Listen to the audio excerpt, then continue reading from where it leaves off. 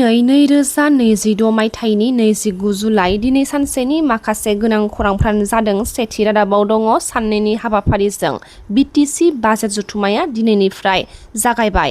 Budget अनुमाननि सायाव बिथा खालामनानै बिटिसिआ गासै 91.31 कौटि रां आरो गासै 162.86 कौटि प्रजेक्ट रां खरसा जागोन, जायनि थाखाय 71.84 कौटि रां खरसानि सायाव प्रजेक्ट खालामदों होनना मिथिनो मोनदों। मख'नो गोनांदि 2026 मायथाइनिफ्राय 2027 मायथाइसिमनि रांखान्थि बोसोरनि बिटिसिनि बाजेट जथुमाया जागायबाय। साननैनि आबुं हाबाफारिजों बिटिसि आयेन आफादनि बुंथिगिरि त्रिदेब दैमारि बिथांनि मासि सामलायनायाव खुंफुंजादों बाजेट जथुमाया। मोनसे गोजोनथाव खौरां, कटन मुलुगसोलोंसालिमायाव रिसार्च स्कलारनि मासिखौ मोननो हादों इउपिपिएलनि मिरु आइजो गांखंनि नेहाथारि सिंधा बसुमतारी बिथाङा। बलिउडनि मुंदांखा फावखुंगुर सलमान खान बिथाङा अखं आसामाव गिख्रंथाव दैबानाजों सिलिंखार जानाय नखरफोरनो मदद खालामनो आवगायबोदों। लोगोसे बलिउडनि मुंदांखा फावखुंग्रि आलिया भट्ट बिथाङा आसामाव दैबानाजों सैनांनायफोरनो मदद होनो खावलायहरदों। इउपिपिएलनि गाहाय नेहाथारि राजु कुमार नार्जारी बिथांनि दैदेननाय मोनसे थान्दै हान्जाया सराइदेव आरो शिबसागरनि दैबानाजों साग्लोबजानाय ओनसोलफोरखौ नायसंनो आरो खहा जानांनाय नखरफोरनो हेफाजाब होनो थाखाय दावबायहैदों।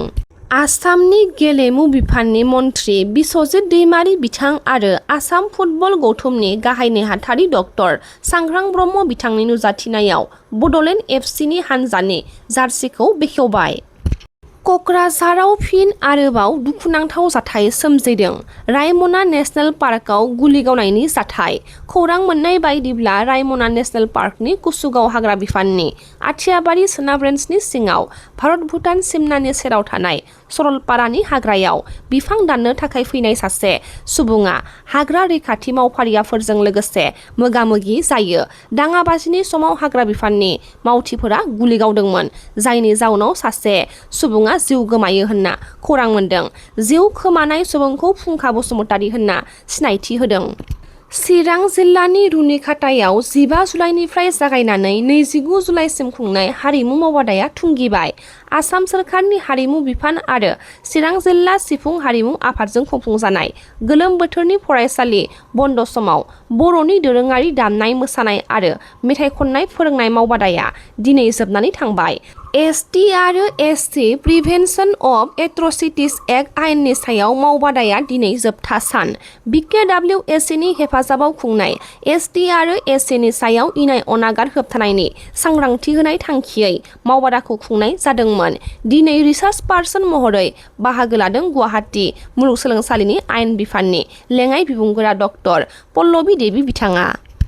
आसामाव दैबानाजों मोगा-मोगि जानांनाय फरायसाफोरनो थाखाय सोलोंथायारि हेफाजाब फोसावदों। फैगौ 1 आगस्तनिफ्राय दैबानाजों मोगा-मोगि जानांनाय जिल्लाफोरनि फरायसाफोरा माखासे मददखौ मोननो हागोन।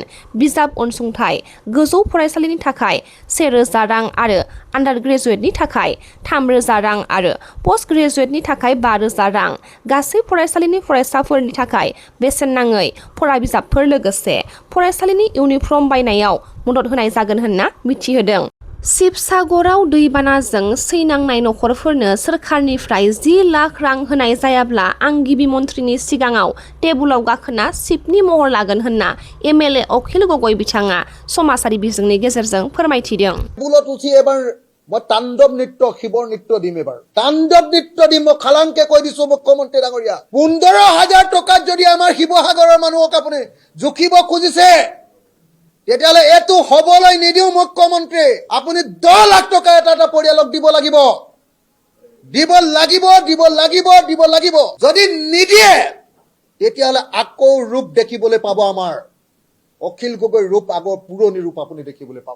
মানুহৰ खर'सा आसामनि दैबानानि थासारिनि थाखाय 31 जुलाइनि सोलायै 29 जुलाइआव फोजोबनाय जाबाय आसाम आयेन आफादनि रांबावजा जथुमाखौ।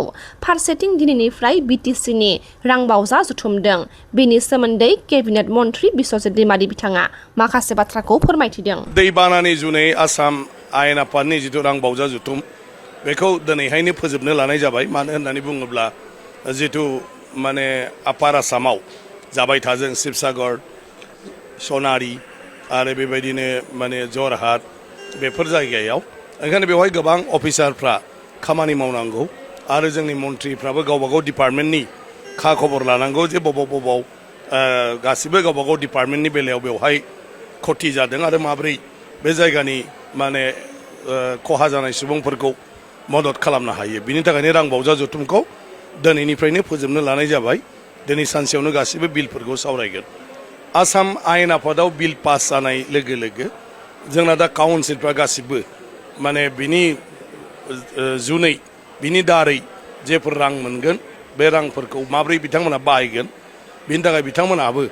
बाजेट लानांगौ दं बेनिखायनो बड'लेण्डनि जिथु आयेन आफाद बे आयेन आफादाबो दिनैनिफ्राय जथुमदों आरो बिथांमोनाबो बाजेट पास खालामगोन आरो बेफोर रांफोरखौ बबे माने बिफानाव माबायदियै बाहायनाय जागोन मा खामानिनि थाखाय बाहायनाय जागोन बेफोरखौ आयेन आफादाव दिनैहाय माने गनायथि लागोन बा एप्रभेल लागोन रायमना माहारियारि पार्कआव गुलि गावलुं गावसै थासारिनि सायाव खुगा बेखेवदों एम जेम्स बसुमतारी बिथाङा फुंखा बसुमतारी मुंनि सासे सुबुङा जिउ गोमादों बेनि सोमोन्दै एम जेम्स बसुमतारी बिथाङा खौरांगिरिफोरनि सोंथियाव माखासे बाथ्राखौ फोरमायथिदों गावलायलायनाय बे मोनसे रिपर्ट दङ आरो मेजिस्ट्रेट नियोग खालामनाय जाबाय थ' बेयो जाहैबाय रायमनाया मोनसे नेशनेल पार्क आरो बेवहाय बाउन्डारि होखानाय दङ बाउन्डारि होखानाय आरो जोंनि फरेस्ट डिपार्टमेन्टनिफ्राय सब समाय माने डिउटि थानाय जायो